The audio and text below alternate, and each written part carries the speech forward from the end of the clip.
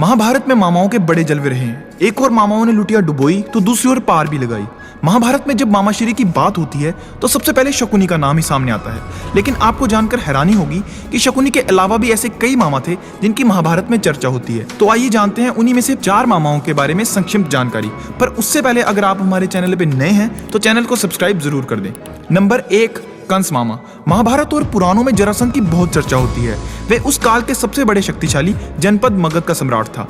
जरासंध का दामाद था कंस, जो भगवान श्री कृष्ण का मामा था। कंस ने अपने पिता उग्रसेन को राजपद से हटाकर जेल में डाल दिया था और स्वयं शूरसेन जनपद का राजा बन बैठा था। शूरसेन जनपद के अंतर्गत ही मथुरा आता है। कंस के काका शूरसेन का मथुरा पर राज था।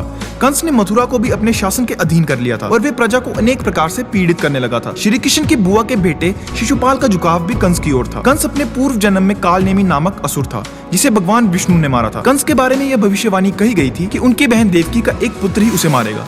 बस इसी भविष्यवाणी के कारण वे दहशत में रहने लगा था।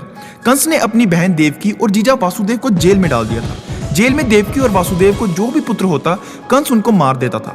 8वें पुत्र भगवान श्री कृष्ण जब रात में हुए तो जेल के सभी सैनिक सो गए और दरवाजे किसी चमत्कार से खुल गए। वासुदेव अपने पुत्र श्री कृष्ण को रातों रात ही अपने नंद के घर छोड़ आए, जहां माता यशोदा ने उन्हें पाल पोस कर बड़ा किया। कंस ने श्री कृष्ण को मारने के लिए कई राक्षसों को भेजा, लेकिन उसके सभी उपाय असफल सिद्ध हुए। तब उसने एक बार मल्लयुद्ध का आयोजन रखा और उसमें सभी योद्धाओं के साथ साथ श्री कृष्ण और बलराम को भी आमंत्रित किया।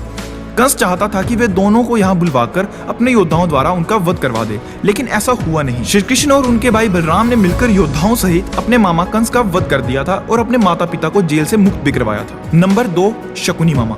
गांधारी के भाई और दुर्योधन के मामा शकुनी को कौन नहीं जानता। कौरवों को छल व कपट की राह सिखाने वाले शकुनी उन्हें पांडवों का विनाश करने में पग पग पर मदद करते रहे। लेकिन कहते हैं कि उनके मन में कौरवों के लिए बदले की भावना थी। कहते हैं कि भीष्म ने शकुनी की बहन गांधारी का विवाह धृतराष्ट्र से जबरन करवाया था। बाद में धृतराष्ट्र ने गांधारी के पिता और दोनों पुत्रों को आजीवन जेल में डाल दिया था। कारागार में उन्हें खाने के लिए केवल एक व्यक्ति का भोजन दिया जाता था। केवल एक व्यक्ति के भोजन से भला सभी का पेट कैसे भरता। यह पूरे परिवार को भूखे मार देने की साजिश थी। राजा सुबाल ने यह निर्णय लिया कि वे भोजन केवल उनके सबसे छोटे पुत्र को ही दिया जाए, ताकि उनके परिवार से कोई तो जीवित बच सके। यह भोजन शकुनी को मिलता था। एक एक कर सभी मरने लगे। मृत्यु से पहले सुबाल ने धृतराष्ट्र से शकुनी को छोड़ने की विनती की, जो धृतराष्ट्र ने मान ली थी। शकुनी के सामने ही उसके माता पिता और भाई भूख से मर गए। शकुनी के दिमाग में यह बात घर कर गई थी।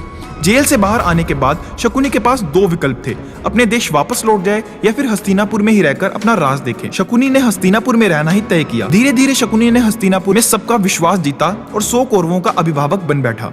अपने विश्वासपूर्ण कार्यों के चलते दुर्योधन ने शकुनी को अपना मंत्री नियुक्त कर दिया। धीरे धीरे शकुनी ने दुर्योधन को अपनी बुद्धि के मोहपाश में बांध दिया था। शकुनी ने न केवल दुर्योधन को युधिष्ठिर के खिलाफ भड़काया, बल्कि महाभारत के युद्ध की नींव भी रखी।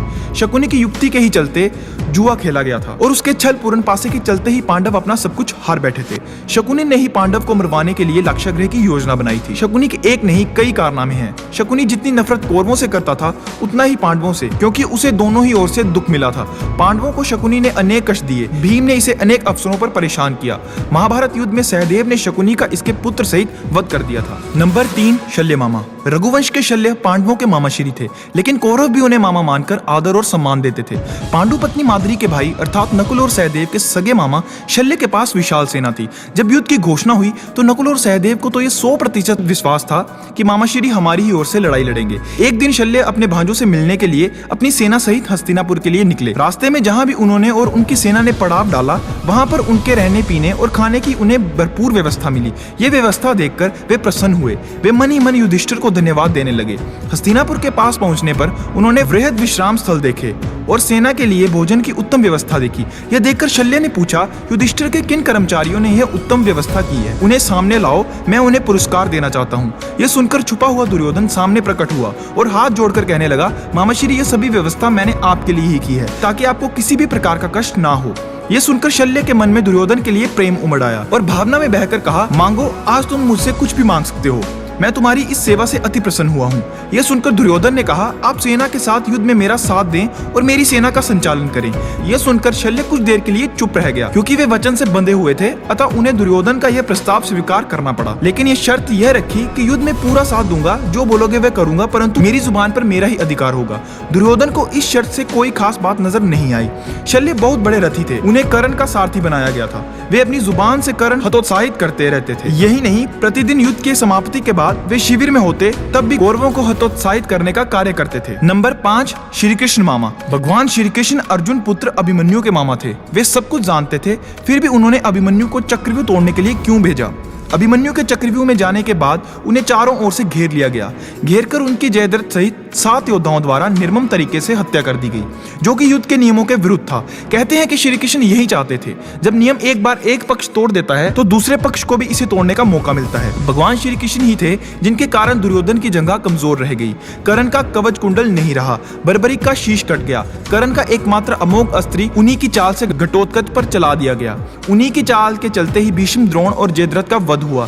महाभारत के युद्ध में जो कुछ भी हुआ वह श्री कृष्ण की इच्छा से ही हुआ था। आशा करता हूं आपको आज की वीडियो अच्छी लगी हो। अगर वीडियो अच्छी लगी हो तो इस वीडियो को लाइक कर दें और कमेंट्स कर दें। धन्यवाद।